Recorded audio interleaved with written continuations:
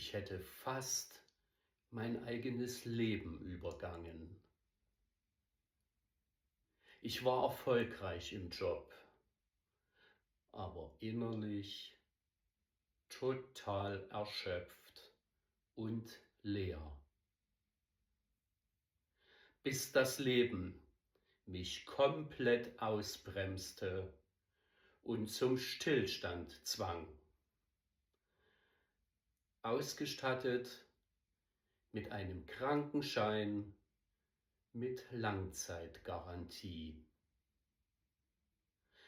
Doch das Schwierigste am Heilwerden ist nicht allein die Therapie.